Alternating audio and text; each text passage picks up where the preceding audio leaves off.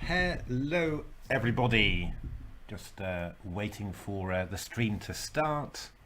Never quite sure whether this gets recorded or whether you just hear me just in the middle of a sentence, but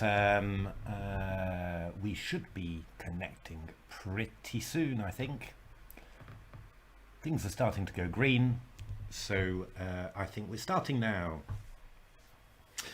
Yeah, hi everyone. Good to see everyone back. It's haven't been doing that much streaming recently. Actually, I've just started at work again, so streaming during the day is probably not what my boss is looking for. And yeah, also been doing some extra streaming for the British Online Championship. So quite a bit of work, but obviously been following this quite closely, and there's been an awful lot of excitement in the past few days. So I was going to go through a little bit of that and see what's happening.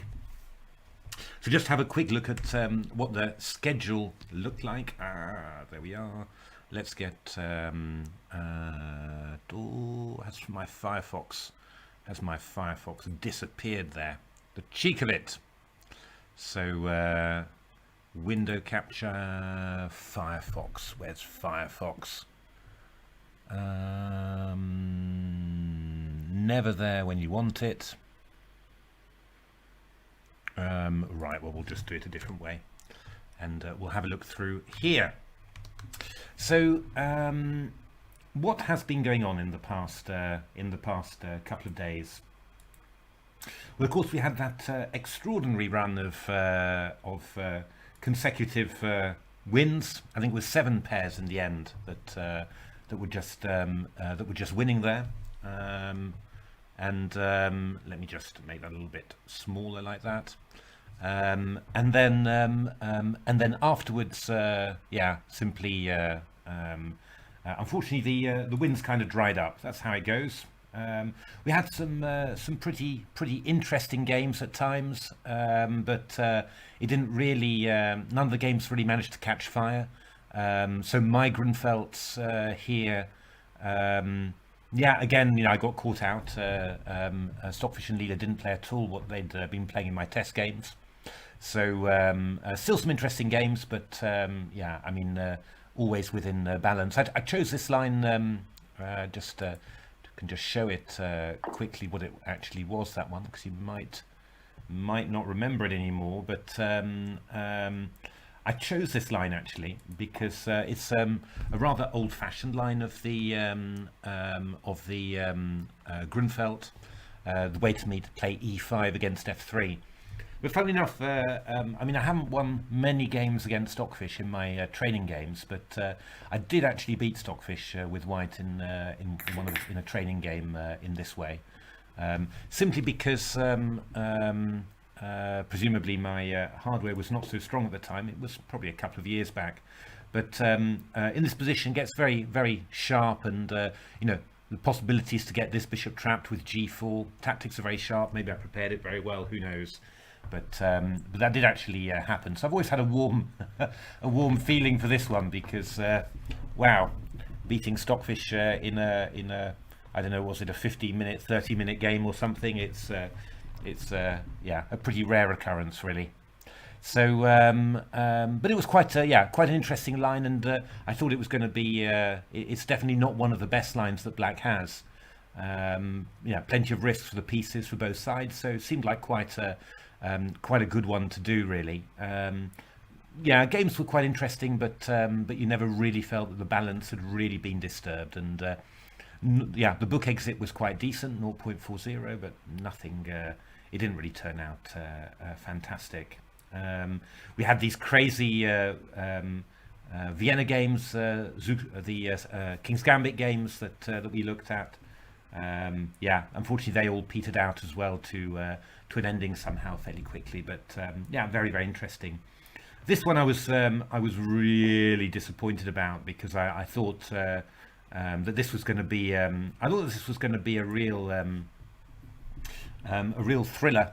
And the funny thing is that if you look at Crystal, yeah, the lines that Crystal actually plays, those were the moves that I was expecting, but somehow this Stockfish just didn't really do the business, and both sides actually went for this rather dull drawing line with Rook D1, Bishop F4, and playing this this queenless middle game, which I mean, to be honest, if you look at this position,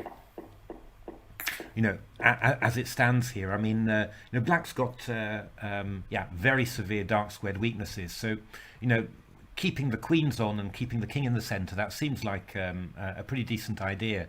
And the funny thing is that the McCutcheon is a line that I've spent many weeks analyzing as Black, and I spent much time analyzing with Stockfish, and I never had a single inkling that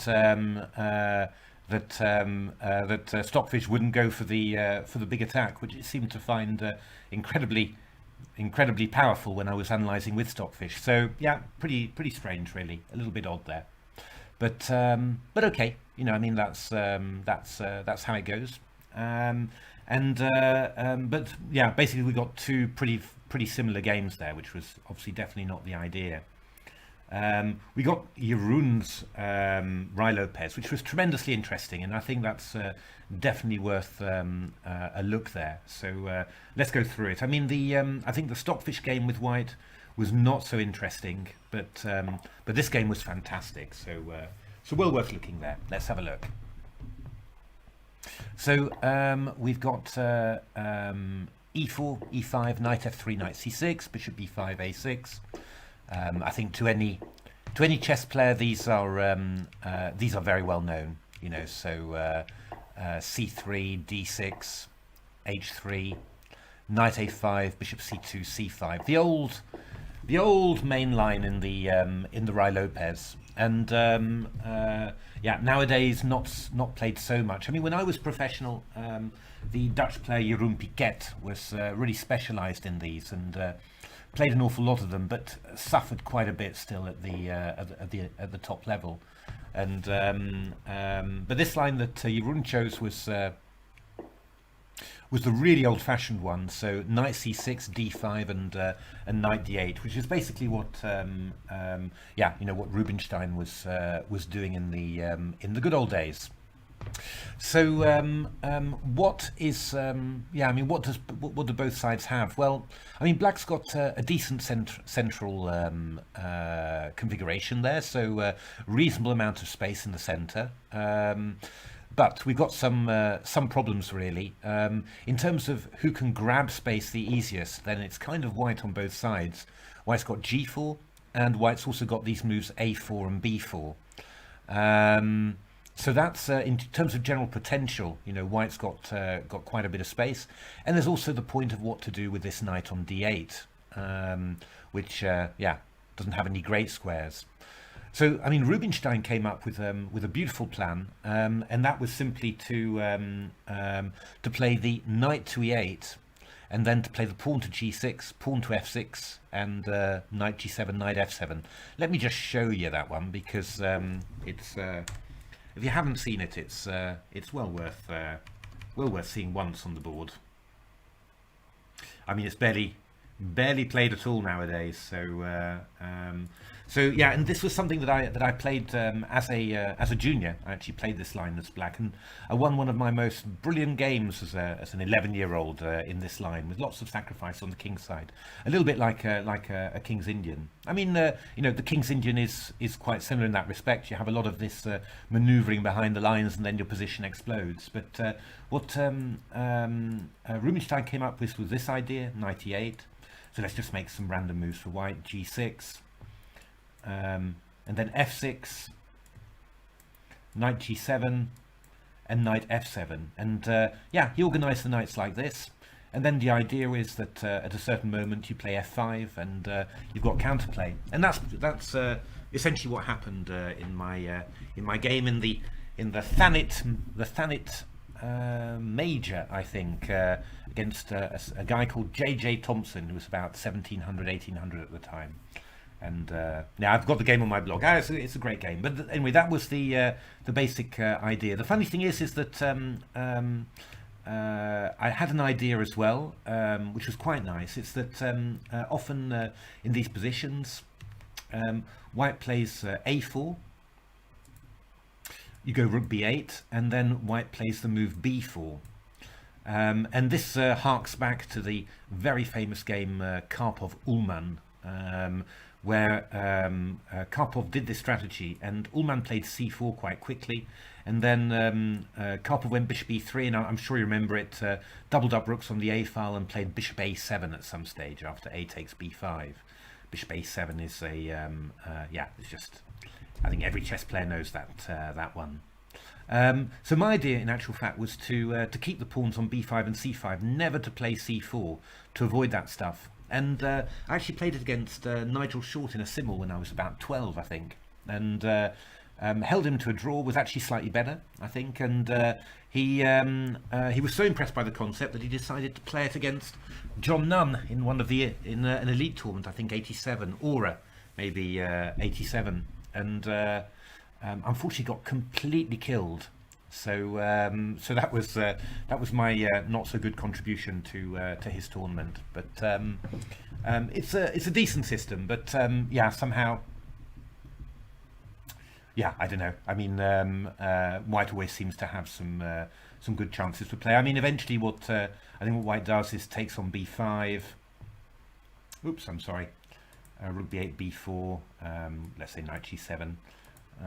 Yeah, you take on b5, you take on c5, and then at some stage you go c4, and you create these holes in the white queen side, and then you invade. It's a slow game. I mean, it's not for a mad hacker to play as white, but it is very promising, and I think most of the elite players are superb in the Ruy Lopez. So I mean, none of this happened in actual fact.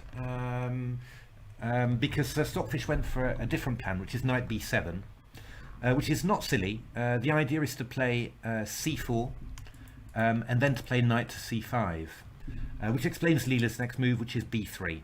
The idea being that after b3 we can go b4, and this knight on b7 is still dominated. G6 played, and Stockfish started reorganizing itself on the king side in a manner very similar to Rubinstein. You know, knight g3, bishop d7, bishop e3, knight e8, queen e2, knight g7. You know, so all pretty standard there. And in fact, you know, Stockfish is now ready to play f5. Yeah, I'm not 100% sure about this knight on b7 to be honest. I mean, it's better than on just on d8 because at least the rooks are connected. But yeah, I would have kind of liked it on the king side. On b7, it feels really it does feel really odd, I have to say. But okay, rook f1, queen d8 played, bishop h6, and now f5. You know, Stockfish just understanding that you can't stay forever, and you've got to look for some counterplay. And yeah, I mean, it wasn't there yet, but at some stage, white will move the knight away and play f4, and you've really got to be ready for that. So so black gets his counterplay in first.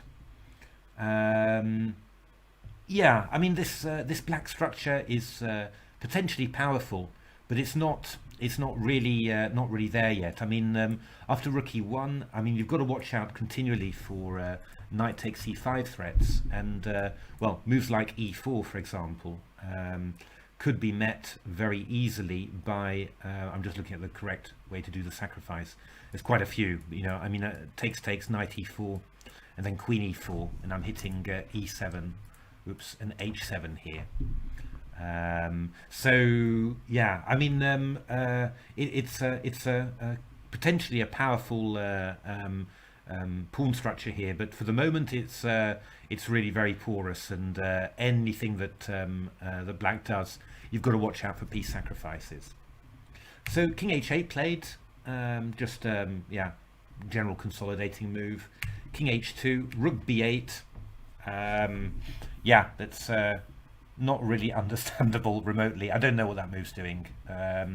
I mean, in later lines, the knight on b7 was protected, but I don't know. Yeah, who knows? Maybe Stockfish really was, calculating that deeply and seeing some lines where the knight on b7 had to be protected. But it is an incredible move. I mean, what would I have been expecting? Well, I suppose moves like rook f7 or something, or other kind of ones that you sort of look at, or bishop f6 maybe, something like that. Rook b8 would not occur to me at all, and I find it hard to say more than this sort of tactical point. But possibly the only other thing I thought of was that Stockfish was expecting White at some stage to play c4, and it wanted to have its rook ready on the b file for that opening. That's possible as well.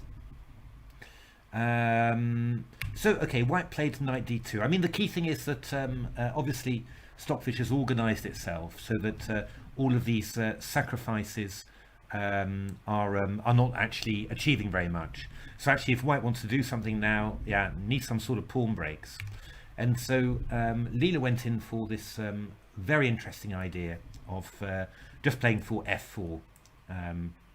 Very interesting. It's quite typical, of course. It's not that unusual, but it was interesting. So Stockfish played bishop h4, and then Leela takes on g7 and plays knight h5 check, king h8, g3 to chase away the bishop. So I was sort of assuming that maybe f4 was coming in next, but after bishop f6, Leela changes tack and plays g4, which is very interesting there. So just attacking the light squares. So of course, I mean, you've removed a knight on f6, so the control of e4 is weakened. So actually it's very logical, just to attack the light squares and try and get e4 for the knight. But now the tactics start, and I mean, this is really where you're you just have to gape in astonishment at the defense that Stockfish puts up, because I can't think of anything else that could possibly do this. So e4 played, and I mean, it's really strange, but I mean, it's just strange in some ways, because I look at White's pieces, and like everything here is on the king side, and we've got this rook b8, knight b7, and yet somehow Leela's attacking on the king side, and Stockfish is fighting back in the same area. It doesn't seem like it should be possible, but of course that there are plenty of little tricks, like queen f5 was threatening queen takes h3 check. Of course, Leela's king is itself in the firing line. We're opening up the king side, so Leela's king is also a little bit vulnerable. But queen d5, knight e4. I mean, just in general, again, queen, two rooks, bishop, knight. White looks beautifully coordinated here, and black's missing a knight here for the defense. But somehow this all worked out. So knight g5, rook g8 was played, and just attacking the knight on g5. And black's idea is to follow up with rook e8 after, just covering the e file. And I mean, black's sort of got it covered. I mean, the pawns on d6 e5, they cut access to this diagonal, so which would be quite awkward for the king. The queen on h5 is covering f3, so the queen can't move over there. Obviously, the rook's covering the entry spot. d6 isn't vulnerable because this terrible knight on b7 is actually covering it. And then we've also got ideas coming up like h6, just to chase the knight away, and the white king is vulnerable as well. So it's not so clear, but Leela had come up with a lovely idea, queen e7. I mean, the idea was we were getting this line, weren't we, in the Leela PV. Here, queen e5 check, takes, and then rook d5. And this was the question, really. I mean, at the time I was assuming that this was the question, whether this could be winning for White, or should we say extremely difficult for black, or whether it was going to be just tenable. I mean, White's got a passed pawn, weak pawn on h7 to aim for more active rooks. Knight on b7 is passive. There's quite a bit going here for White. Although yeah, with Stockfish level defense, you're not 100% sure that that this would be a win, but you never know. You never know.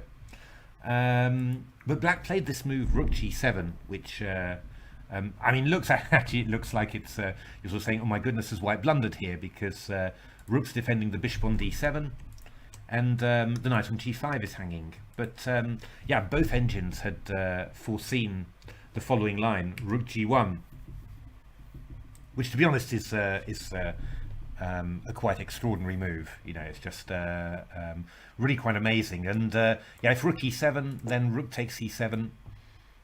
Yeah, we're attacking D7. We're also threatening Rook takes H7, and we're also threatening Knight F7 check as well. So that's yeah, that's just winning for White, basically. But yeah, I mean, what was prepared here? Bishop H3. The tactics just get glorious here.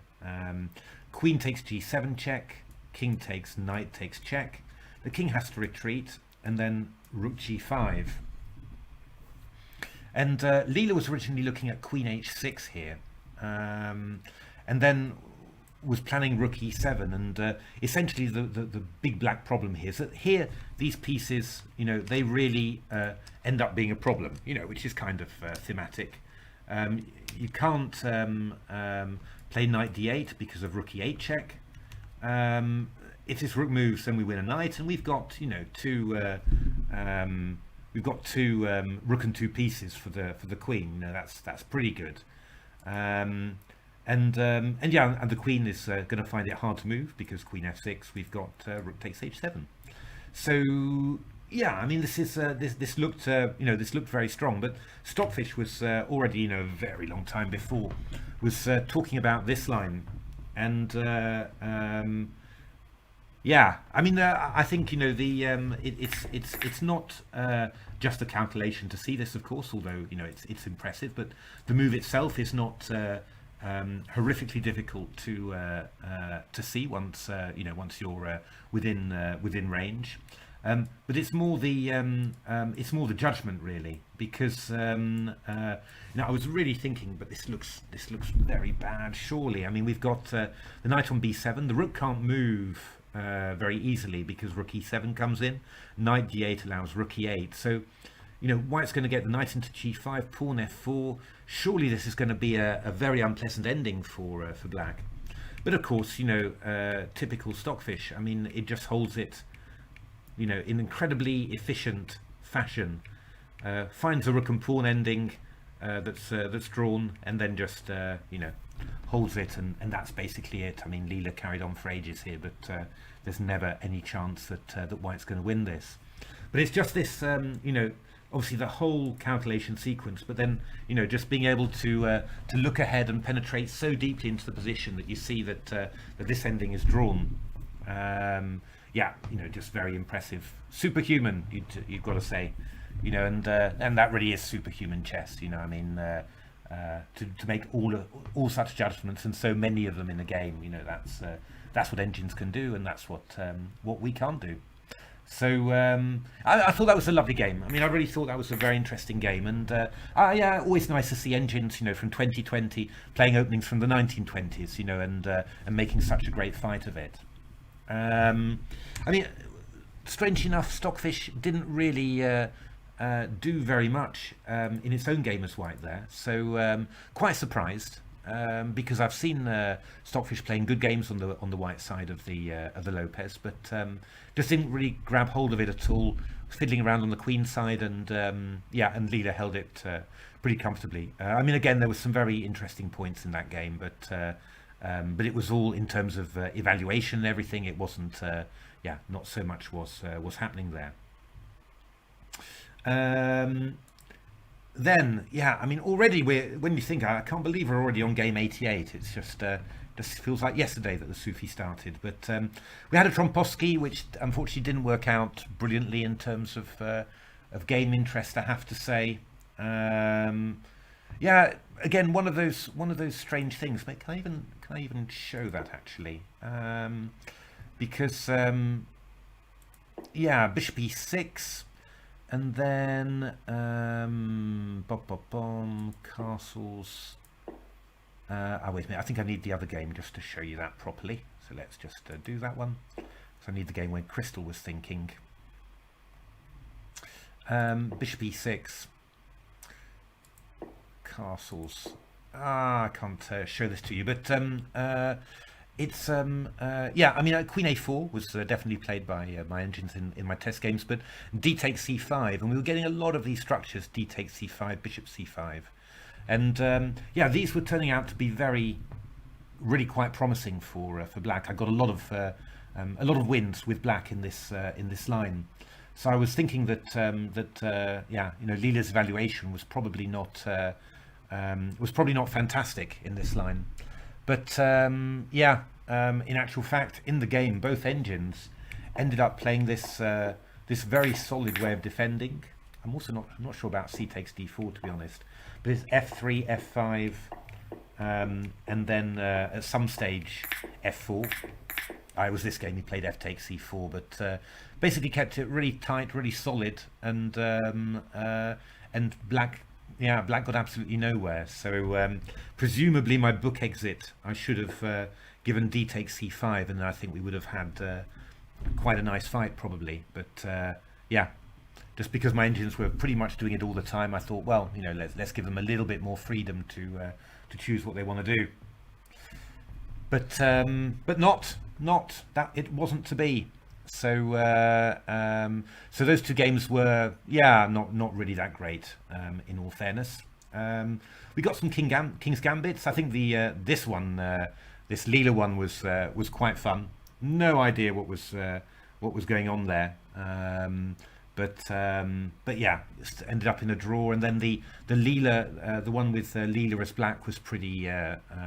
Yeah, Stockfish managed to find some sort of position where it's entrenched. I mean, this is what these engines do very well here.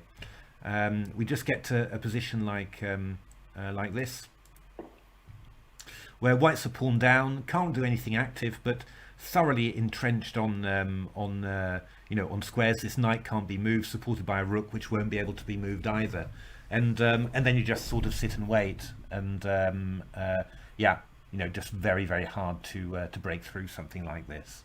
So yeah, it was a little bit disappointing. I mean, those were two black exits that looked pretty promising to me before the match, but didn't turn out to promise very much. But then we got onto a nice, exciting game again, and as always with nice, exciting games, seemed to lead. It led to a Stockfish win, and a pretty nice one, really. So let's have a look at how that went. So c4, c5, knight g3, g6. Not the most promising opening, you would have thought, but somehow these things can happen. So b4. This has been played a fair amount in human games, but very often as an oversight in actual fact, because the white players often expect c takes b4 to happen here, but just in this specific position, white can play the move knight takes b4. And after a takes b4, c takes b4, yeah, this is kind of serious. It's, you know, you don't have, there's no knight on b4 to attack after the exchange on b4 pawns, and yeah, b takes c3 is happening. So white's got to decide what to do. I mean, I think the engines would probably play d4 here, and then e3, knight e2, recapture the pawn and claim compensation, which is probably kind of true. So obviously we had to go just a little bit further and go knight b5 and go bishop a1. And yeah, why did I think about this one? Well, this game was the story behind it is that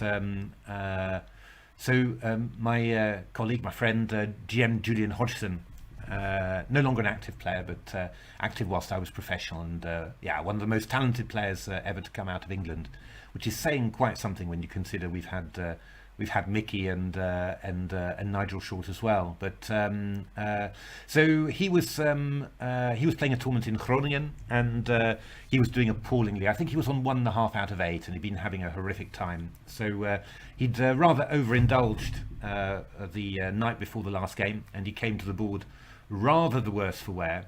You know, just move 6, he played b4, got hit by knight takes b4, and then just played knight b5, and he you know, he got up a bit groggy, and he walked over to his wife and said, "Babes, it's not going well. I'm the exchange and a pawn down." And she said, "Jules, look again. You're the exchange and 2 pawns down." And he said it made him laugh so much that he relaxed. And he then proceeded to absolutely demolish Boris Golko in a quite extraordinary game, which I definitely want to show you. So let's have a little look at that. Open, where are we? It was Sufi Hodgson Golko. Let's have a look at that one. So Bishop e5 was played by Golko. Bishop f6, as we saw Stockfish playing, recommended or was played in Lobron Cavalet actually back in 1981, so quite a long time ago. But Bishop e5 was played by sorry, ta-da! I remembered. Bishop e5 was played by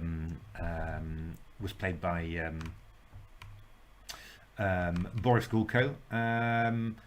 Little bit risky, this one, but the idea is to go back to b8 and cover d6 and c7 that way. Bishop b2, f6, h4. So Jules hitting on the other side there. a5 was played. People thought that was a mistake.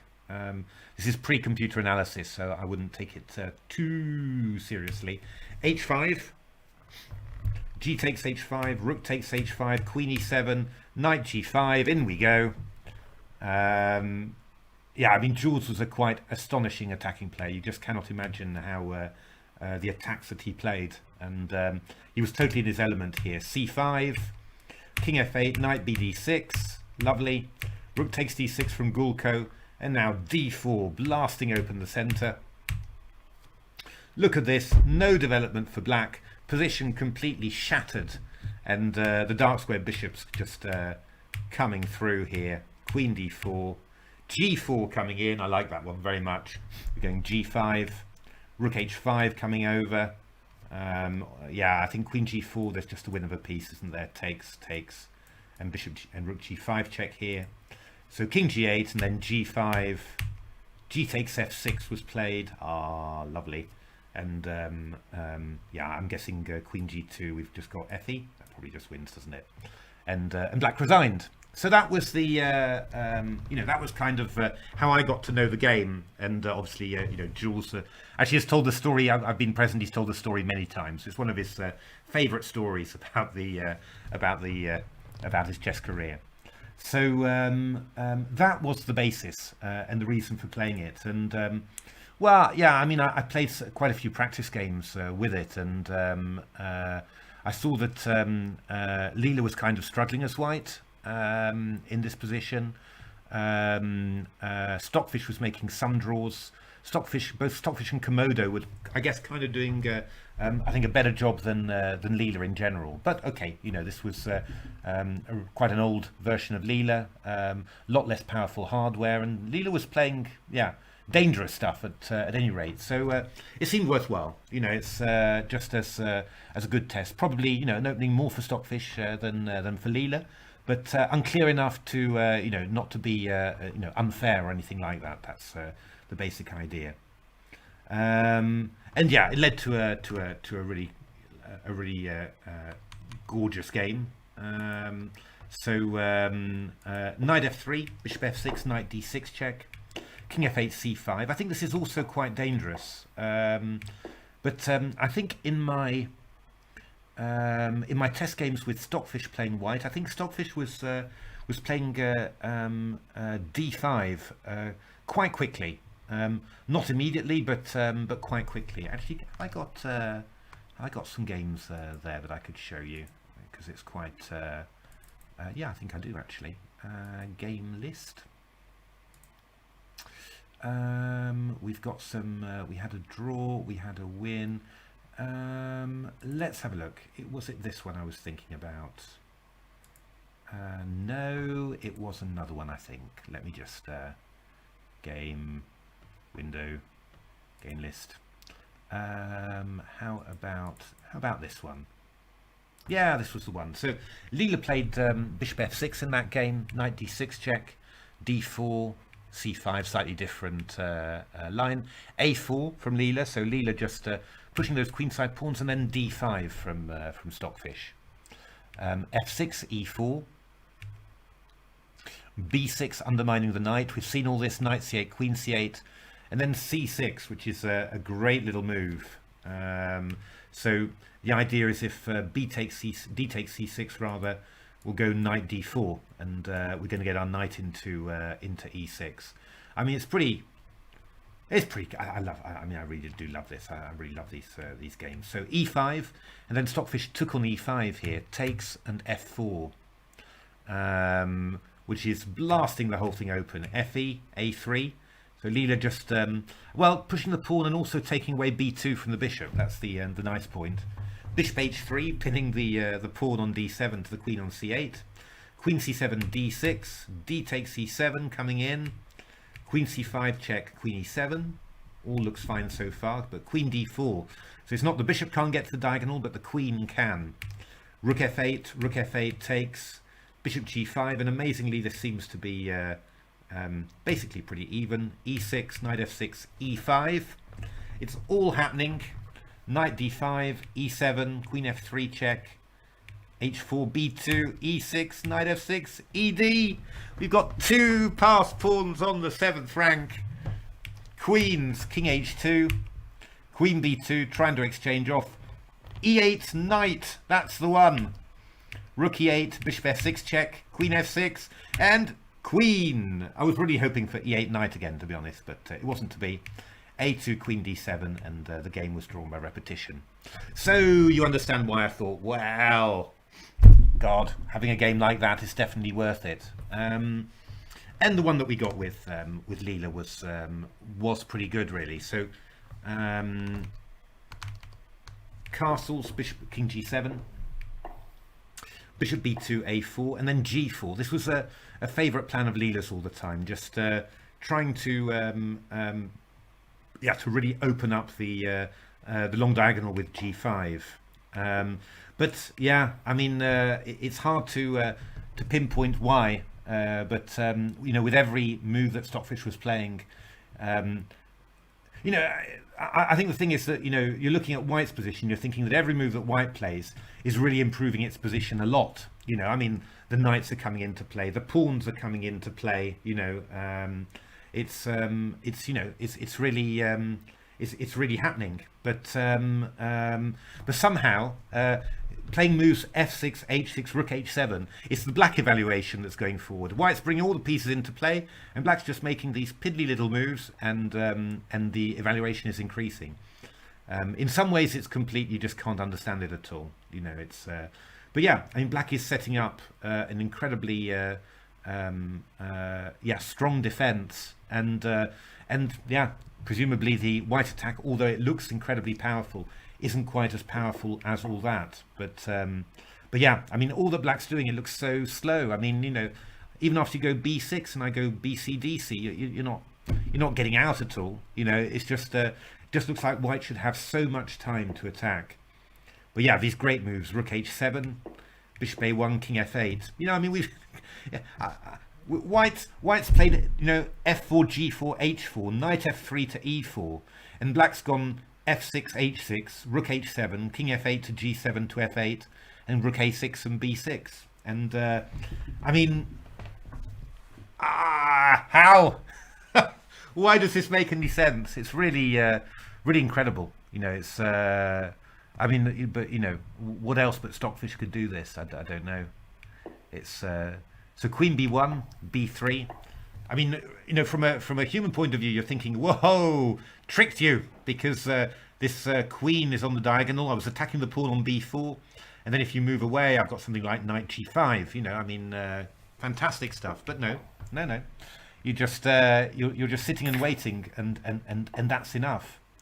All of these moves, all of your pieces pointing towards the king, and then you're playing this move rook a5. You've already gone rook a6, and now you're going rook a5 again. It's all about. I mean, I often say this about Stockfish's method of defence, that it's sawing away the legs of your ladder, whilst you're climbing to climbing your ladder to attack the parapet, and you finally get there, you're about to strike the finishing blow, and then you look down and you've got nothing underneath you. And this is really what Stockfish is doing.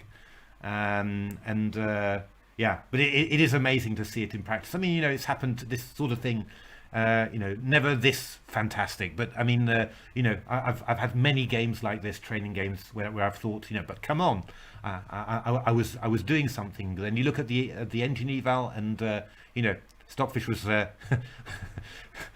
hours earlier. It was relaxing in the sauna in its kimono, and just waiting for me to finish. So yeah, I think the closest human experience I've had to that is playing against Vishy Anand, and when you played Vishy, and certainly when he was younger. I'm looking around. I need a prop to be able to do this. One moment. I need my pen to really give the full impression. But it was when I played Vishy, and when he was still quite young. He was playing incredibly fast, and he'd make a move, and you'd write it down, and he'd write it down, and then he had his pen, and it was like he was sort of waiting with okay, so your move, right? You're going to play it, and you're saying, well, it looks very complicated somehow, so I'm going to need some thought. And he was sort of waiting, just like click, click, click, click, click, click. Oh, so terrible playing against him. But yeah. I mean, that's the closest human equivalent I've had to seeing these games with Stockfish. It's just simply incredible. So knight c8 from Leela, d6, bishop d8, gf, rook f7. I mean, White seems to have achieved quite a bit here. The big problem, though, I suppose, for White is that White's king is getting exposed as you attack. Which means that lots of random tricks are coming along, and in all fairness, you haven't really broken through yet. I mean, this incredible defensive structure, this pawn on h6 is stopping a knight coming into g5. This rook, which went from h7 to g7 to f7, is in front of the king, which spent a couple of moves coming to f8. It's just holding everything. I mean, you just don't have the right pieces on the king's side to attack. But that's quite extraordinary, I mean, so king h1, rook c5, and then this move was great. I mean, I think only you definitely know if you were playing a human, if he played bc5, you definitely know that it's computer help, because the only move a human would ever consider is queen c5, getting the queen active, getting some counterplay. But Stockfish is just counterplay. What counterplay? What counterplay? This is an incredible position as well. I mean, absolutely crazy. And again, it's just one of those things that shocks you, because if you ask me, who's doing what, I'd say, White's definitely got good chances here. But Stockfish isn't. It's not just Stockfish doesn't think there's many chances here. On top of it, Stockfish gives up a rook. So it's not that it's not that there were any chances anyway, but even with a rook less, there are no chances. It's that good. It's just I mean, it's fantastic. You just look at this game and gawp in admiration. Really beautiful. So king g7, rook f3, bishop e5 check, queen d1. I mean, the big problem, of course, for White is the king's exposed, and we've got these massive pawns. And actually, you look at the white pieces, and they're not.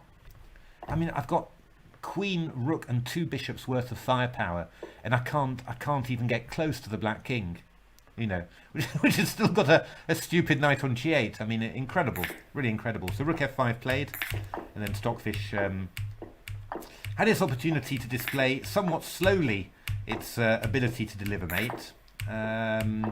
So queen h3, queen h1, and then the only thing we were really interested in at the end of the day was whether the knight on g8 would move, and it didn't.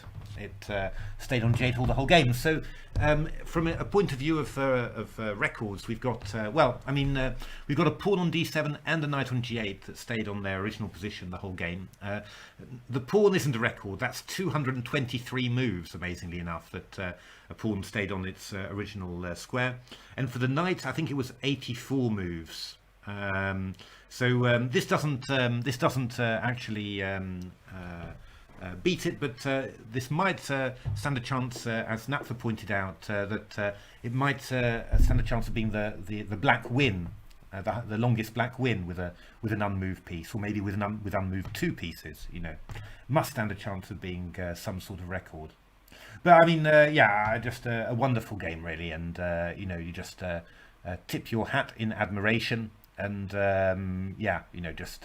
just say, wow, fantastic! Really glad that this opening managed to produce that. And you saw the games that I had. I got to, what position did I get? I got this position. I got this position. I was doing pretty well as well, I think, in my test games. But glad that it all turned out in the Sufi like that. And then then we had the second game, which was obviously interesting to see. Is Stockfish going to hold? And Stockfish did. The interesting thing was that this move Queen A5 had not occurred in any of my test games. So yet another addition to the list of failures to predict.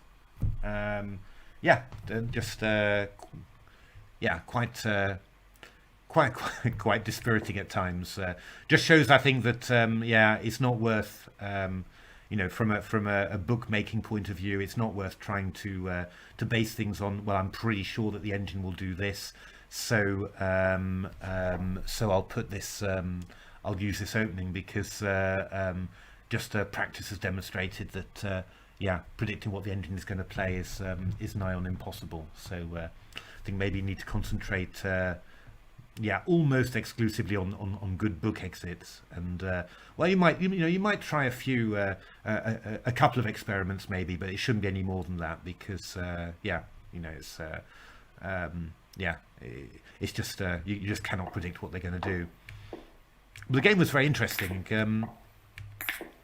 Leela took this amazing, interesting decision to sacrifice the queen and have two rooks and a rook and a piece and countless pawns. How many is it? 1, 2, 3, 4, 5. 3 pawns for the queen. It's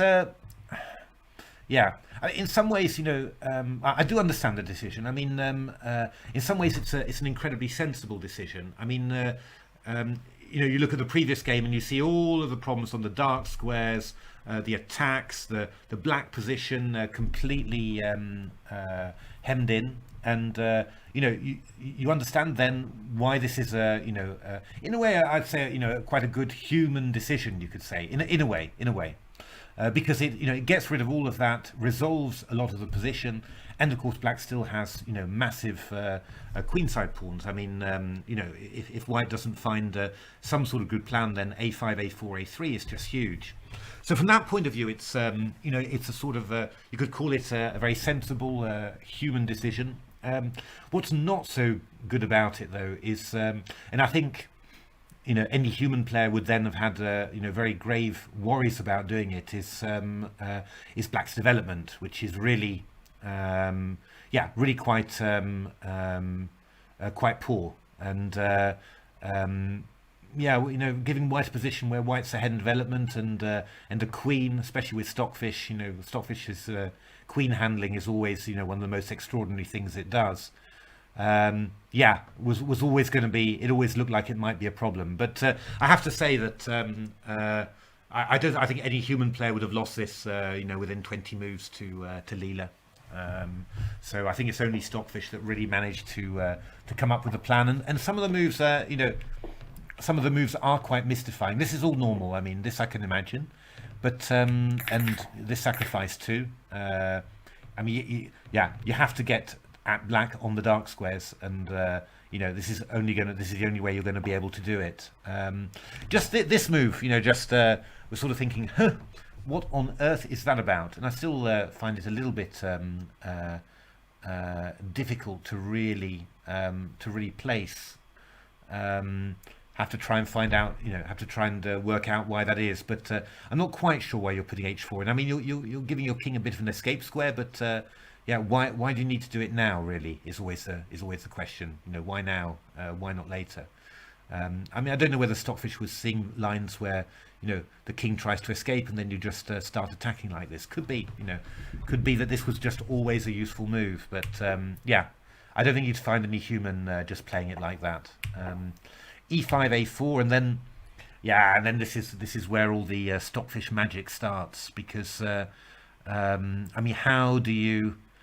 I mean, it doesn't really look like you've got much power to cause too many problems. Okay, you've got some pins and some little pressure points on the black position, pawn on E5, but how are you really how are you hurting black here? But it just turns out that you can leave your knight hanging, and this position, if you ask me, I'd sort of assume that that black has a way to get himself consolidated, and then you're never going to be able to win this a pawn, and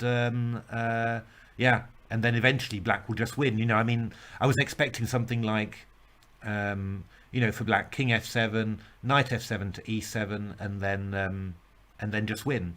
But somehow it seems to be that that this was actually possible. I mean, the big point was rook c8, queen c5 here, and after rook a4 there's queen c7 check, picking up the knight, and presumably there's nothing actually better than this. Well, I think the point is that white's just threatening queen c5 here. But I mean, the tactics they're so crucial, because I mean, if black was able to spend a move or two here just to consolidate the king side, bring this knight from d6 to e7, then it's a total win for black. So I mean, and again, this is being calculated, and this has to be calculated at least 10 moves in advance. So just amazing, incredible. It's and the position is still quite difficult, but obviously, I mean, this was another amazing move. I mean, you've got the choice of taking on g6 and then playing queen b4, or playing queen b4 straight away, and white just gives away the h pawn, which I don't again, I still don't understand this, why this is even possible. I guess that the point is that the point is that that white gains some extra tempi, and Stockfish clearly feels that these extra tempi are incredibly useful. So d4 and then some ability to organize yourself, and just incredible. I mean, constantly getting into a pin with his bishop, but constantly being able to escape. It's what Stockfish does there, organizes itself, and then it'll hit with d5, and somehow, and that's the really impressive part. Black never manages to get organized. Again, you think, well, I'm going to get my knight to f5, I'll get my rooks involved, and it'll be fine. But somehow, every time it happens, something like this happens, and Leela seems to go back about 10 moves. It wanted to get its knight onto f5, now it's been driven away, and the knight's passive on e8. It's I mean, it's simply I mean, there is so much calculation involved. I mean, you just unimaginable, because a human player couldn't do anything of this. These positions are like squashing jelly, really. You're trying to work out all the ways to keep it, and then you miss something simple and the black pieces escape. But obviously Stockfish is capable of not allowing that, and a trivial draw for Stockfish there. So that was a winning pair, which was a welcome change after, and with black as well. Welcome change after all that run of draws. Not that you particularly mind draws, but I mean, it's a few wins from time to time that keeps everyone's interest, of course, and keeps the betting going, of course. Now this game, I saw the start of it, and looked quite interesting. I mean, Leela's had some good results in the Dragon. So yeah, this in principle, you tend to think open Sicilian, good for Stockfish, but it's not really the case anymore. I think Leela is very strong in the open Sicilian. I mean, Stockfish gets these these incredibly violent and powerful attacks. Obviously gets that, but very often Leela's also making a very good job of the white side. So.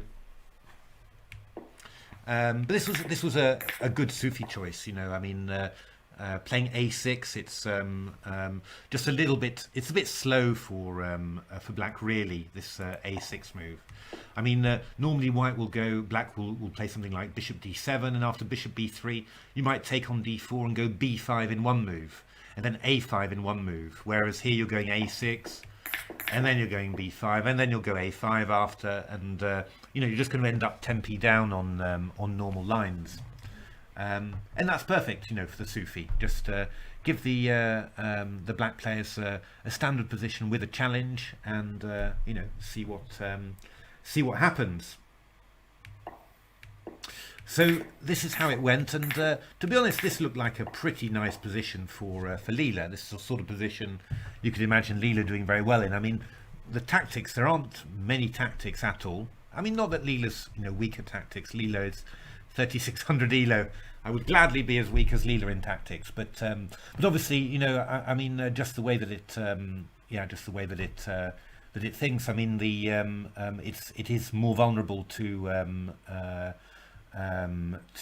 unusual, unexpected resources in sub variations somehow. We've seen that a number of times in the Sufi, and I mean, Stockfish's weakness, I guess, is sometimes some misevaluations at the end of tactics. This King's Indian Fianchetto, where it got its rook on a5 trapped, was I guess a decent example of that. But yeah, in general, you get more of Leela's type of mistakes than Stockfish's, which I think makes certainly a difference in the Sufi. I mean, I think if you're looking at the other reasons for the score, the endgame play, I think that Stockfish's endgame play has been superb in this Sufi, and it's really made the difference against Leela a number of times in positions that you might not have expected Leela to lose. So I mean, that's also very interesting. But always interesting to see that that the strengths and weaknesses, they remain broadly the same, but there's always every Sufi has a nuance, basically, and and I think we've seen it here, and it's really nice. I mean, a long time control match, 100 games. You really get to know exactly how these versions of the engines on this hardware, how they behave and how they think, and that's actually quite beautiful. A trivial draw for Stockfish, yeah. Well, for Stockfish, yeah. I mean, I'm not saying for me, but for Stockfish, it was kind of easy. So okay, so a4, bishop c4.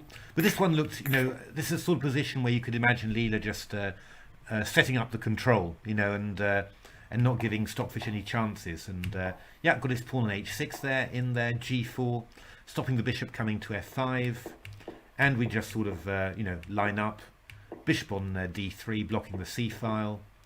A nice maneuver, this one, covering c2, covering c4. I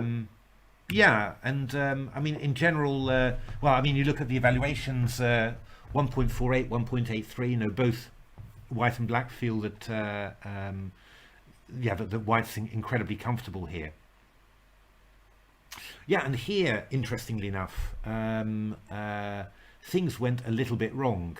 And it's, as I said, I haven't analysed this game, so I'm not completely sure what exactly the reason is. But after g takes f4, Leela played queen takes f4, and then Leela just, and then Stockfish just roomed up to with this resource, queen c7, and just really thought that this was extraordinary. g5, And then this lovely move a3, just trying to just undermining the whole white queen side. So Stockfish was looking for this move, rook e6,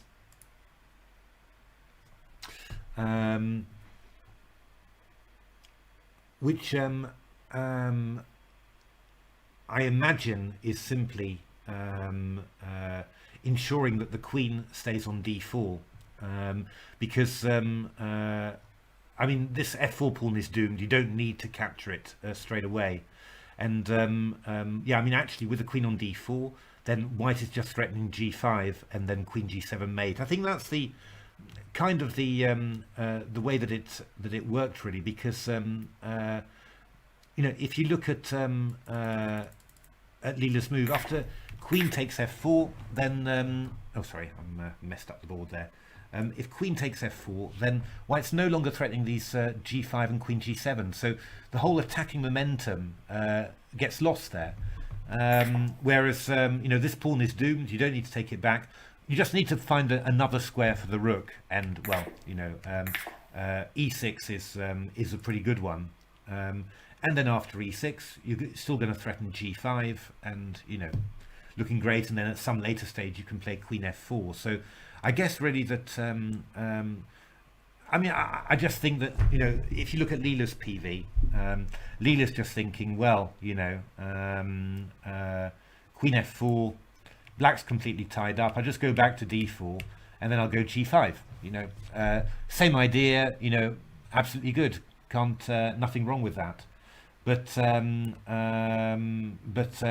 I mean, what actually happened was that this move queen f4 removed the immediate threat, you know, just for one move, removes the threats of queen g7, removes the you know, the constant threat that white had against the king side. And then Stockfish just well, as it does, it just finds you know, a massive resource. Yeah, I mean, the problem is rook takes a3, I've got rook takes c4, b3, I'll start having stuff like a2. So g takes f6, but now, you know, Leela just walks into a total mess here. And, well, yeah, this guy's pretty good in a mess, really. Rook takes f6, and all of a sudden, you know, the king side's covered, the king's freed, and the white queen side is in danger. And this is just, you know, again, an easy draw for Stockfish, you know, by Stockfish's standards. So yeah, really disappointing there, you know, really for Leela fans, you know, to that yeah, was playing a very nice game, I think, but you know, from a position that really suited it. And yeah, just yeah, in a human play you say lost focus somehow. Obviously that's not it for a machine, but yeah, you know, it just took its foot off the pedal, released some of the threats, and it turns out that that, you know, when he did that, the black was just waiting for the opportunity to strike at the white position. I mean, who would have known that so much counterplay was so, you know, was so close? But yeah, Stockfish did, and Stockfish certainly realised it. So yeah, another great save for Stockfish. I think, you know, also this goes down as a missed opportunity. So Mr. Beats definitely needs to get ahead with some hoovering again tonight. But yeah, definitely I think a missed opportunity, because yeah, it was Leela's type of position, and yeah, just really took its eye off the ball there. So okay, that was that, and then let's now finally, after all that recap, go live and have a look at what's happening. 1, 2, 3, 4, 5, 6. There's a pawn. Okay, I was wondering about the evals there. So let's go through it again. Well, we know what the position looks like, so we'll go here. Castles, knight takes d4. Yeah, always tough somehow. You know, just playing basically the same thing. Okay, but varying here. Leela playing a5 here. Knight takes b5, a4. Bishop c4 and bishop a6. Okay, it's quite interesting. I think, I'm not sure, but I think somewhere in Stockfish's PV before we were looking at something like there was something like e6, wasn't there? Something like that, some very sharp line. But bishop a6, queen d7, knight a3. So yeah, I mean, basically Leela's just given away a pawn to distract white. You know, basically you've given away a pawn, and then white's never going to start thinking about attacking on this side. Yeah, the question is, you know, well, it's a pawn, so you know, you know, is that really going to be enough? But of course, you know, there's a bit of extra compensation. This knight on a3 is not great. You know, half open b file. Pawn on a4 restricts the pawns on a2, b2, so it's going to be hard to really get some counterplay to get the queenside pawns moving. I mean, the problem with these lines, and something that you've always got to be so careful about with computer analysis, is yeah, that's right, Nick. It was rook e6 g5. Yeah, queen f4. Queen f4 was just too slow. Just took your eye off the prize, which was on g7, right next to the king, in that previous game. I mean, with these sort of positions, you know, you've got to be very careful with engine analysis, because you know, you look at well, here Stockfish is giving 1.74. That's a big eval, but you know, often you see these positions, pawn down positions, with a 0.8 or a 0.9, you know, and you know, Stockfish, you know, seems vaguely happy with it. But you don't really, you know, it's very easy to forget how much precision is involved. And when you analyze these engine games in detail, you notice the number of traps, the number of tricks, the number of very precise moves that were played, you know, and that avoided strengthening possibilities for the opponent. And you know, it's not just the eval; the level of difficulty of playing these positions is quite high. So, you know, giving away a pawn like that for humans would be very, very tough. Because there's no, you know, there's no clear compensation here, you know, really not really clear or anything. It's just sort of vague and nebulous, and basically you've got to keep on playing actively, very accurately, actively at every move, and just always keep white bottled up just in time. But just very hard for a human to do. So much better in principle not even to go into this. But okay, we've reached this position, queen f2. So what have we got here? We've got well, white's a pawn up, 3 pawns on the queen side to well, C, B, and A against A. Black's got a bit of a bind on the queen side, pawn on a4, and it's got this open b file on which it sacrificed the pawn just to attack b2. So pretty good in terms of attacking ambitions for white. Not clear really. I mean, you've got your knight over on a3, so you know, sort of how on earth are you ever going to do an attack on the king side? Because, you know, all of your pieces are, well, a number of your pieces are needed for defense, you know, probably the knight on a3 and the rook on e2 as well, and maybe the queen on f2 as well. So, you know, from that point of view, black's keeping white nicely at bay. What sort of plan does black have? That is just not very clear. I think sort of shuffle now and just try and react to what white does. I think that's all you can do. Thank goodness engines are decent at doing that. So you'll probably see the rook coming to b6 or to c6, or, you know, I don't know, c5, something like that. Just keep on shuffling, keep on waiting, and then see what white does.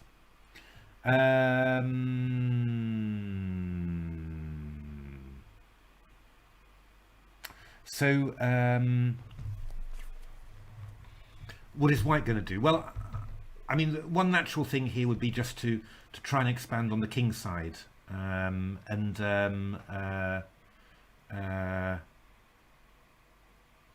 yeah, and really see how black's going to react. So, for example, to play a move like yeah, even g4, for example, you know, to threaten g5, or h4 I'd be a little bit more wary about because of f5, and then we might give a nice square for the knight.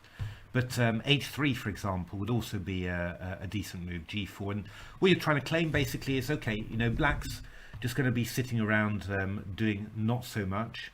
So I can do that a little bit, and I'm just going to creep forward. I think a move like h3 feels very Karpov-like, you know, and then just and then you're just going to see what you can achieve later. You might achieve g4. You might decide to go h4. And then, what else have you got going for you? You might have an e5 break sometime. That might be possible. f5. Again, if you've got some rooks on the f file, might be possible. You can cede e5, but it might give you an f5 to f6.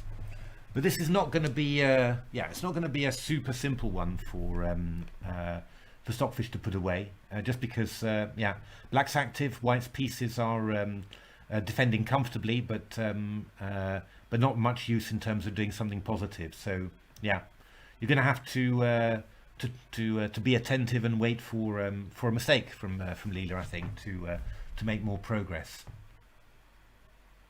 Let's have a look at the Stockfish PV and see what it's doing. So Queen f2, Rook b6, King a1, Knight f6, attacking the pawn on e4. So Rook d e1, just covering that. Knight d7, h3. There we are. Great minds think alike. Knight c5. So threatening a little knight d3 maybe, but you've got queen d4 check as well, of course. So it's not really that dangerous. Knight c4, Rook b5, Queen e3, covering some stuff. Knight d7, Rook d2, h5 from Leela. Okay, so these are the sort of the moves that you're kind of waiting for, and it's not that they're necessarily bad actually, but they at least they give you some sort of hook. I mean, there's some sort of feeling of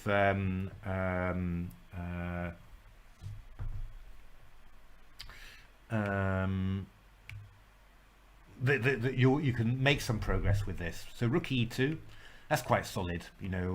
Putting the two rooks on e2 and d2, and so you're protecting b2. Queen e3, Rook d1. We're just playing around f6 g4. I mean, essentially what Stockfish is seeing all the time is, the opponent's going to have to make some concessions at some stage. I mean, the one thing you do wonder about with these things is what if black was to stay absolutely still? I mean, somehow engines can't quite manage that in these sort of positions. But for example, with a rook on c5, you were sweeping the fifth rank there, so gh5 could be met by rook h5. And now somehow you've got into a situation where the rooks are back on b7 and b8, and you sort of wonder, well, why actually? It wasn't really necessary to do that, I don't think, or I can't think of any reason why it was necessary in those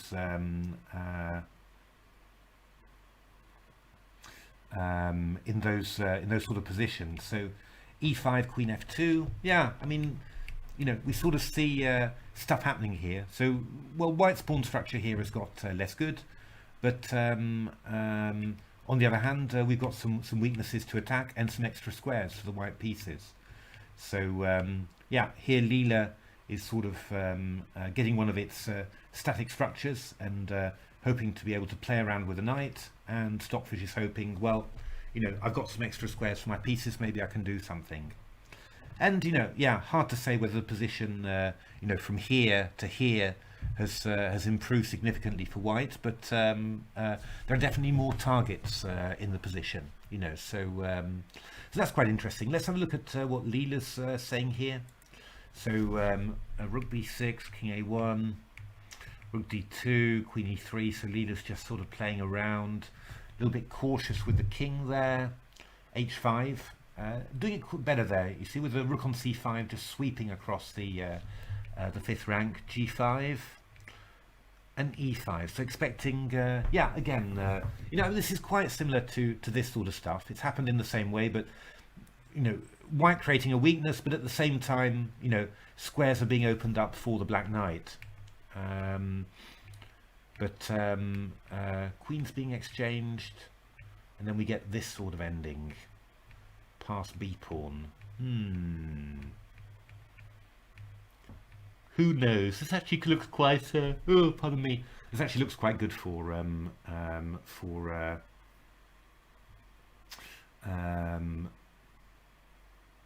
white here. I mean, always, when you've got a rook beautifully settled, attacking opponent's pawns and defending your own, that's the general rule of thumb.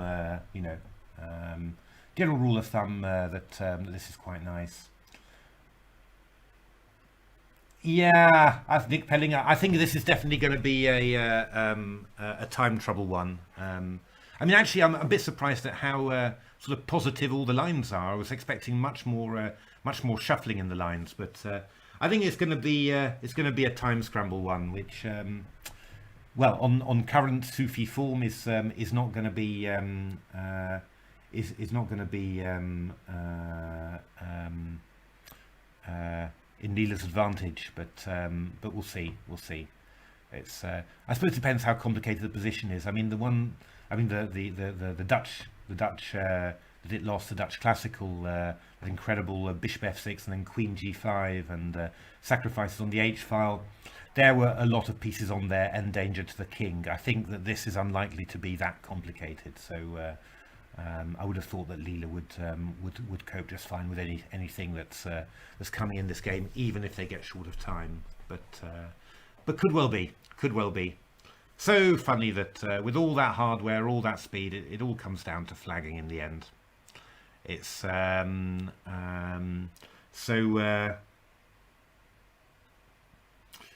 yeah. I mean, who's actually thinking at the moment here? It's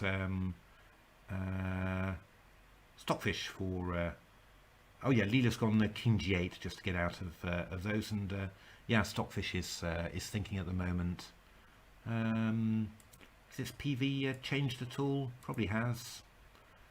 Yeah, I mean, you know, I think we're just seeing these sort of things all the time, really. That you know, essentially, White's going to create a weakness on its king side in order to create weaknesses in Black's, and then just hope that the net balance is higher. Oh, thanks very much, Chess. Ah, thanks very much, Cam. That's the correct message indeed. Thanks so much, Cam. That's really appreciate you modding the chat here. It's yeah. So, but I think when push comes to shove, I think we're going to get an awful lot of shuffling here. Ah, look at this. This is more like it. 38 G4, very slow. But at some stage, yeah. I mean, this sort of position is quite interesting, because you wonder, you know, at what stage does Leela have to react here, really? You know,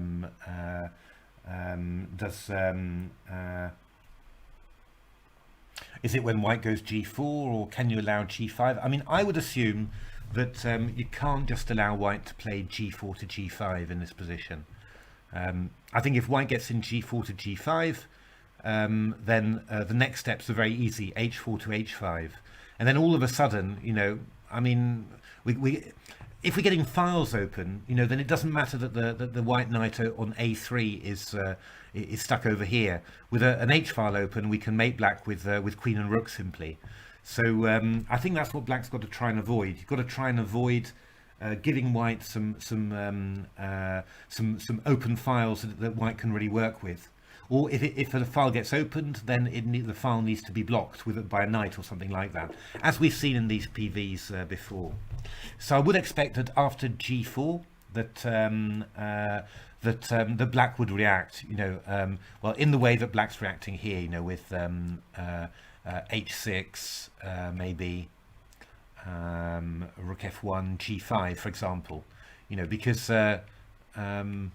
yeah, this is a whoa, wowsies, Stockfish. You really think so? You think it's that bad? Well, I don't know. If Stockfish is thinking that you need to sack the exchange in this position, then interesting. It must be. It must have the feeling that this is not at all good for Black. It certainly doesn't seem to feel that Leela's going to be able to stay. But, I mean, this is a sort of thing that again that says to me, yeah, this is how you should be doing it, really. You know, gradually advance your kingside pawns, and then yeah, just really try and clear some open files. And all you need is one open file close to the opponent's king that cannot be blocked with a knight, and you're giving mate already. And this sort of thing looks really looks quite dangerous. And yeah, Stockfish is seeing Rook takes B2. thinking of rook takes b2 here and saying it's necessary to sacrifice the exchange to sort of wreck the white position and slow white down, you know, force white to play some consolidating moves. Think again about how to break through. Then, you know, I don't know. I don't know whether I have the feeling that this is not going to be holdable then, if that's necessary. So, but it would be a superb technical performance, you know, to win this as white. A pawn up here, but on the other hand, you know, black has limited counterplay. White's a pawn up, should count. A pawn is a pawn is a pawn was the wisdom that was imparted to me by Tony Miles, the great English player. So you don't get wisdom like that nowadays from the top players. All they say is, now this is 0.3 better for white or something. But in those days, these sort of phrases were important, and actually it does have a serious point, because you know, I was sort of complaining that that I was a pawn up, but the win took ages, and you know, Tony looked at me like I was an idiot, and you know, just said, yeah, but you're a pawn up, so you know, you should be enjoying it. It should be, you know, he's the one who shouldn't be enjoying it, and you should be enjoying it, you know, and that is true, Nick. Sacrificing a rook for the worst piece on the board is a little bit OTT. That doesn't feel like that's going right for black at all if he needs to do that. Yeah, I mean, it's just trying to create a mess. It's just trying to wreck the white position and slow white down. But yeah, I wouldn't have thought that it would has any chance of holding long term. So yeah, I don't know. The betting is kind of on from my point, yeah, kind of on a Stockfish win for this one. I think it's yeah, that would be quite tough, but we'll see. Leela's defending. I mean, pawn down positions has been defending those has been Leela's forte so far in the Sufi, also in Div P as well. You know, Stockfish has been sacrificing the exchange and doing yeah, incredible defensive job like that, and Leela's been sacrificing pawns and holding yeah, difficult rook and pawn endings. So yeah, you know, I mean, it's this is sort of within Leela's range, but yeah, I think in general, I mean, I think in general, also just from a general chess point of view, you know, I mean, if this is just a draw, if you can just give up a pawn on the b file and just and then it's just a draw afterwards, you know, then yeah, I don't know, it doesn't feel like chess logic really. So yeah, I think I'm pretty much expecting Stockfish to put this one away. So will be interesting to see. And that will take us up, that will be game 88, so we'll have 12 left. Just having a look at what we've got coming, just looking at the openings. I think we've definitely got a favourite coming, one that people always like to see. We've got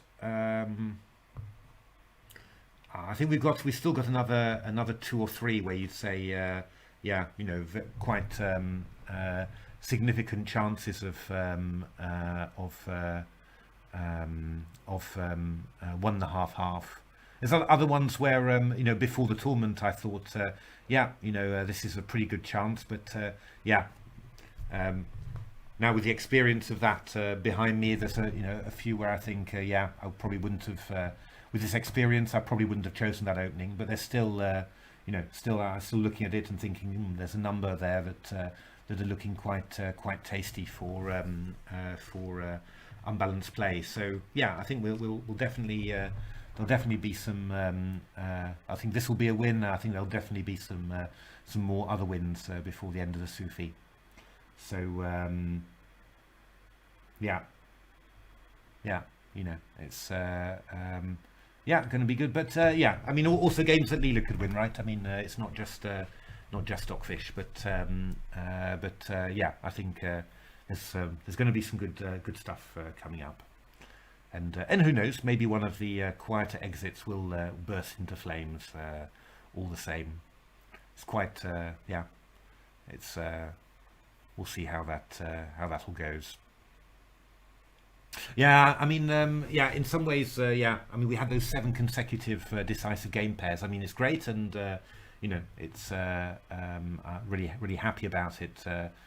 Yeah, looking back at it, you sort of think, of course, there is a lot of luck in it as well. I mean, it's your. I mean, all you can say is that you try and make sure that that luck's on your side by doing a lot of work, but on the things. And I mean, yeah, I know Jeroen has worked very hard on his book, and I've spent. I mean, this was probably over a period of about 3 months that I was spending. Pretty much every evening, going through books, trying to find openings and analysing stuff, and then setting up test matches and then looking at the results. So, yeah, it's quite intensive work. So from that point of view, you say, well, if I work hard, then we deserve the luck. But you do feel that there's also been a fair amount of luck in getting all these decisive results. But the biggest takeaway for building books, I think, what I really underestimated was how difficult it was to predict what Leela and Stockfish would play. So that was, I mean, I thought I was playing, I'm playing, obviously I understand, my hardware is 10 times less powerful at least. I mean, and also in terms of hash and all that, I've got nothing, nothing remotely near. But, I sort of felt that if I played, a number of test games between different engines at long time controls, that you get some sort of nice feeling for what's the range of possibilities that the engines might play, but that hasn't really been the case. I've been surprised constantly, and often surprised that Stockfish has played the move that I thought Leela would play, and Leela has played the move that I thought Stockfish would play. So I mean, that's not necessarily bad, but of course what I'm not going to do, I think, ever again, is really try and base openings on those thoughts, thinking well, the book exit is not super. It's lower than I would have liked, but seeing how they played those games, I reckon it's gonna get chaotic pretty soon. I'm not going to do that ever again, I think, because I think those for me, for my openings, those are the ones that turned out disappointingly. I think also I took the conscious decision. I wanted to in a way to leave the engines as much freedom as possible, because I was kind of desperate not to get the same game twice. But what that meant was that if I thought that there was a very good chance of the continuation I wanted happening on the board, I did an earlier book exit. But in a number of cases here again, because I'm not predicting well what those engines are really going to play, then we never even got that line on the board. They never did it. So and sometimes it turned out interesting, but sometimes it just turned out, they just found a very quiet way to play that kept everything together. So maybe I need to just be a bit more directive and go much closer to the book exit that I want as well. But it's all to do with the fact, understanding that your ability to predict what Leela and Stockfish will do is not so good. And then don't base anything on that. The main driver has got to be book exit. I think the evaluation on exit, and then some experience looking at the positions that turned up in the Sufi and seeing which positions were interesting. I mean that's kind of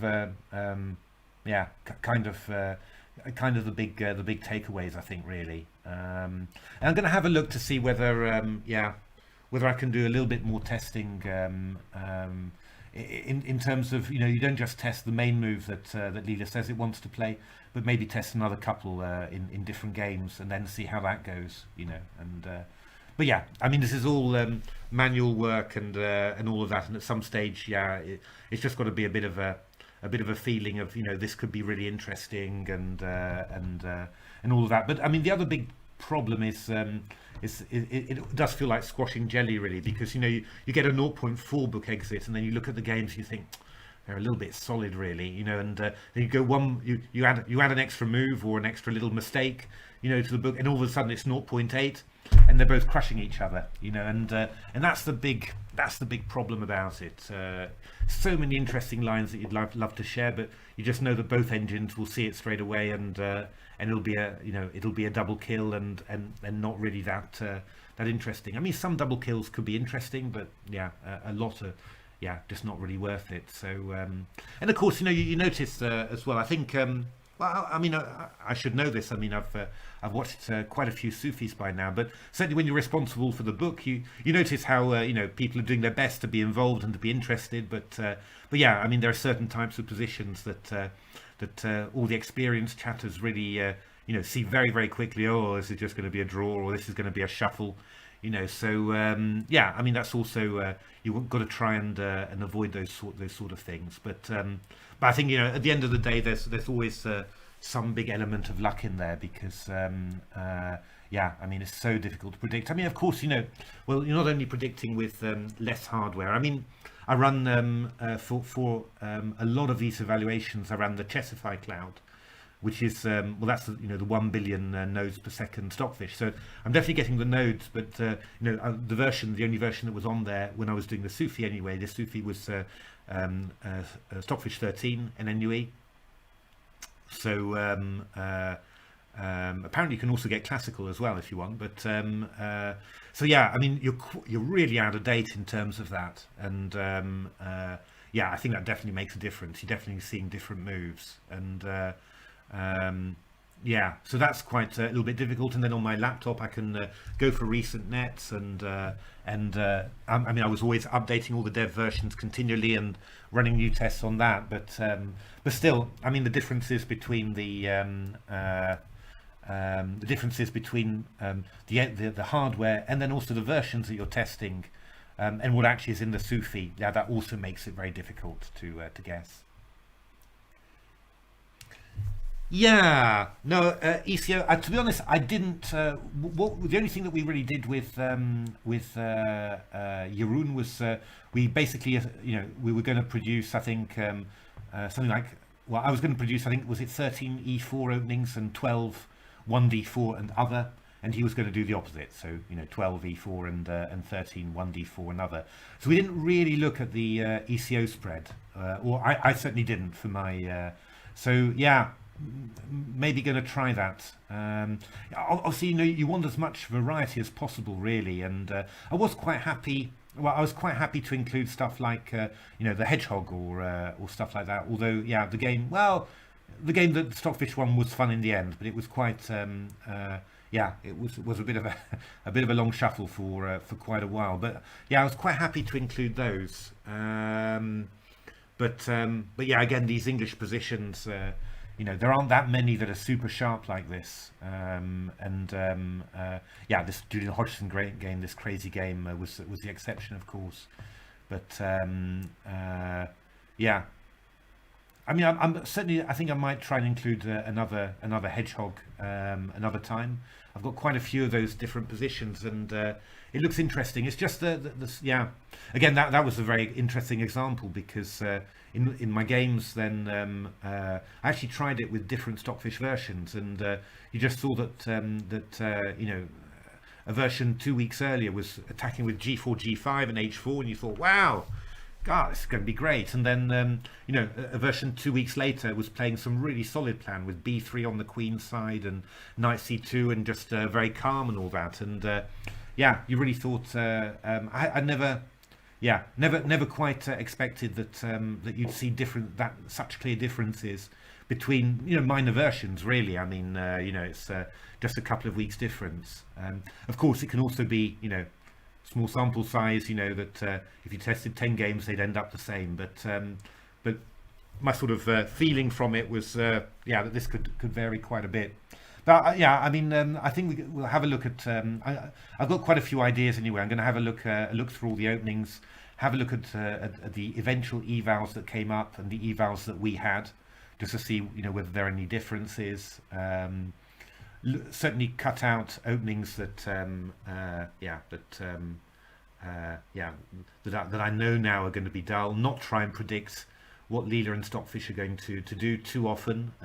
Maybe have one or two where I allow myself that luxury, but otherwise, focus on the variety and the book exits, and and just and have still playing massive test games at the moment.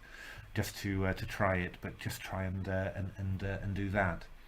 But yeah, I mean, I thought it was going to be difficult, and it did indeed turn out to be that. So that was pretty cool. But I mean, doing it with Jeroen is much better, and I don't know how Jeroen managed to do 50 Sufi openings in the past. I don't know. It's really, yeah. I mean, he's got obviously got a great technique for producing those, but yeah, I don't know how he does it, because I think 25 was really my was pretty close to the max. I think I maybe sort of 28, 29 in total that I could have done, but that was after working through. I think it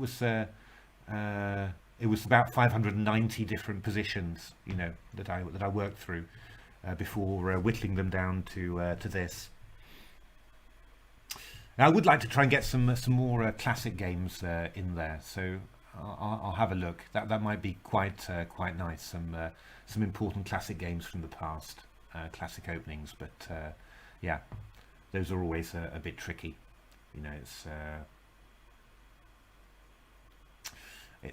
Yeah, it's been good fun. I mean, I hope everyone's enjoyed the books and everything. It's and had a good Sufi. Even the Leela fans, but I mean, I certainly don't feel that Leela's disgraced itself in any way. On the contrary, I think Leela's performed outstandingly. It's just that Stockfish has just performed absolutely amazingly again. So what can you say? There's sometimes the other guy is just better, but yeah, I don't think you'd have half as good a Sufi with another engine. I don't think there's any other engine that could seriously compete with Stockfish and cause problems and make Stockfish sometimes look a little bit silly. I don't think there's any other engine that can do that. Not even Komodo Dragon at the moment. So and that's huge credit to Leela. But yeah, obviously at the moment Stockfish just does everything just that little bit better. So yeah, Stockfish again pulling ahead at the end. That's really funny, isn't it? Just how, I mean, we always seem to have some trends, don't we? Because in Div P, it's always Stowflace getting quickly off the blocks, and you think, wow, and then it just gradually, falls back into the just into the sub top, you could say. I mean, obviously still a magnificent engine, but yeah, somehow that always happens. And then the last Sufis have always been starting very balanced, and then Stockfish pulling away. And yeah, I mean, I don't think it was anything to do with the openings this time. I mean, the openings were pretty randomly organised, and I think, yeah, I don't know, maybe the ones towards the end were a little bit wilder than the ones before. But yeah, I mean, it's not a huge difference, I don't think. But yeah, somehow, but yeah, I mean, who knows? Sometimes it's the initial impression of relative parity that was just just wrong, and that actually in the end this is more a reflection of the actual strength. It's yeah, no, Maxime, that's no, sorry, Michal, sorry, just remembering my my Russian letters there. Yeah, no, absolutely agree.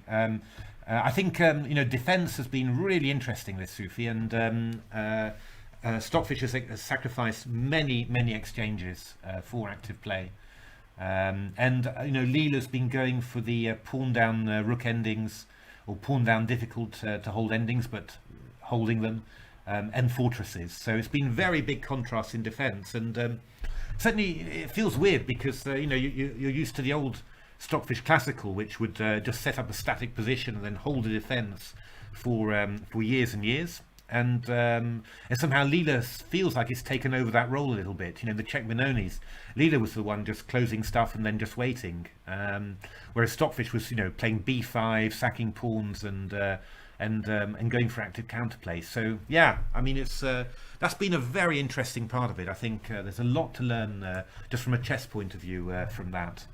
Yeah, I think there've been some beautiful strategical games as well. I mean, I think Leela's in the 4a6 Slav, the game it won was very, very good. That was very, very beautiful. And of course, there've been some absolutely outstanding moments from Stockfish.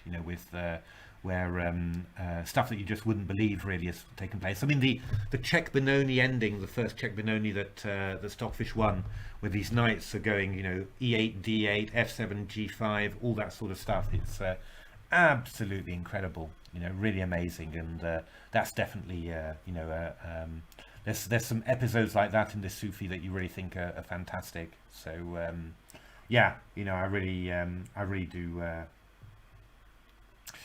do think that's amazing. So yeah, no, there's been some yeah, they were good games, weren't they? They were really they were probably the most entertaining there, you know. And yeah, no, it's true. It's I mean, it was just incredibly deep all the way. I mean, Stockfish's defense was outstanding, and then the planet came up with, and yeah, the resources it found to make that to make its queen tell against the rest. Yeah, that's yeah, that was really incredible.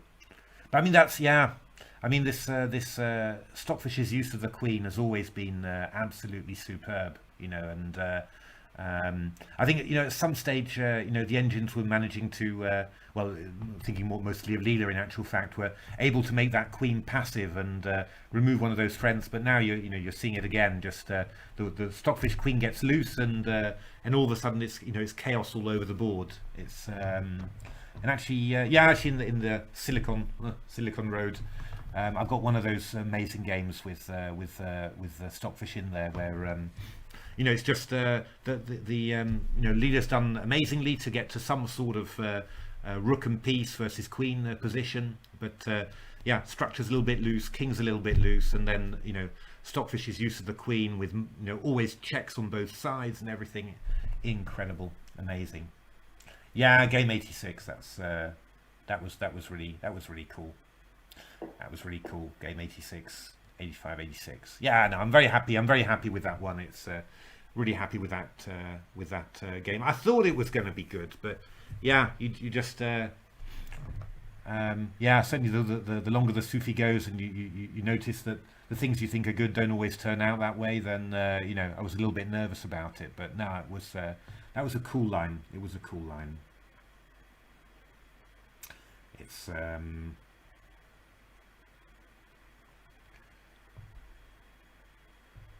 yeah, this is going to be quite a long shuffly one, I think. So I've got an early morning meeting tomorrow, so I think I'm going to call an end to the stream here. I am predicting that h3 and g4 will happen, but only probably in the next 30 moves. So it's going to be a long one there. Yeah, it's true that well, yeah, these type of imbalance, it's all, yeah, I think it's all getting very subtle. I think, you know, just there's so many the types of positions now in which you know, both engines are comfortable in each other's territory. It's getting bigger and bigger. But I think trying to think of a game in this Sufi actually where Leela did a good material imbalance thing. And you're right, actually. I mean, I haven't actually oh, thank you. Thanks very much indeed, Michal. That's really sweet. It's yeah, no, it's no, I haven't actually seen. I can't actually remember any of those. It's really been Stockfish this time with the material imbalance. I think Leela's has some nice controlled wins. You know, I mean, that's been Leela's hallmark this time. But I think all the crazy stuff, it's been Stockfish's domain this time. And the imbalance, the obviously the incredible tactics, the amazing defense as well. But yeah, that's kind of been Stockfish's theme. I think, yeah, Stockfish has been deeply impressive this time. All right, well, I'm going to stop the stream there. Thanks ever so much for all the comments and all the chat. Really nice. And yeah, wish you a good evening, pleasant, a good continuation of this game, and probably see you in another stream. Well, who knows? Maybe even tomorrow. Okay, thanks, and thanks very much, Can, for all the moderation. Thanks very much. So I'm just going to sit and do nothing for 30 minutes, and then 30 seconds, and then afterwards we'll see. Thanks very much.